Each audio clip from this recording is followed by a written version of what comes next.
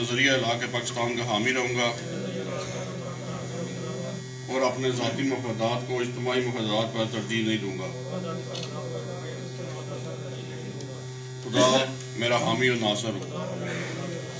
तंजीम गैर जरीदा मुलाजमीन जिला मीरपुर के नौमुंतखब अहदेदारान की तकरीब खिलफ बरदारी का एहतमाम मकामी होटल में किया गया, जिसमें मेंबर आज़ाद जम्मू कश्मीर कानून साज असम्बली चौधरी यासर सुल्तान ने नौमुंतखब अहदेदारान गैर जरीदा मुलाजमीन, मरकजी सदारती मशीर चौधरी जुल्फ़कार, मरकजी नायब सदर राजा इफ्तिखार अता, मरकजी सदारती मशीर सगीर मुगल, जिले सदारती मशीर जफर मुगल, तहसील जनरल सेक्रेटरी नवीद मीर से इनके ओहदों का खलफ लिया। तकरीब बरदारी में जिले सदर मलिक राशिद महमूद, जिले जनरल सेक्रेटरी शाहिद सलहरिया, सीनियर नायब सदर अफराज अख्तर चौधरी, सेक्रेटरी मालियात गुलाम मुर्तज़ा, एपका के मरकजी रहनुमाओं राजा राशिद खुशहाल, तालिब नक्शबंदी इरफान मीर, चौधरी रिजवान, राजा साजिद, तारक अजीज मिर्जा समेत गैर जरीदा मुलाजमीन की कसीर तादाद ने शिरकत की। परवकार तकरीब में MS डिस्ट्रिक्ट हेड क्वार्टर अस्पताल फारूक नूर ने भी शिरकत की। तकरीब हल्फ बरदारी से खिताब करते हुए मेहमान हुसूसी मेंबर कानून साज असम्बली चौधरी यासर सुल्तान ने नौमुंतखब अहदेदारान को खलफ उठाने पर मुबारकबाद पेश की और नेक तमन्नाओं का इजहार करते हुए कहा कि नौमुंतखब अहदेदारान पर जो जिम्मेदारियाँ पड़ी हैं, उम्मीद करते हैं कि वो उन्हें बाअहसन तरीके से निभाएंगे।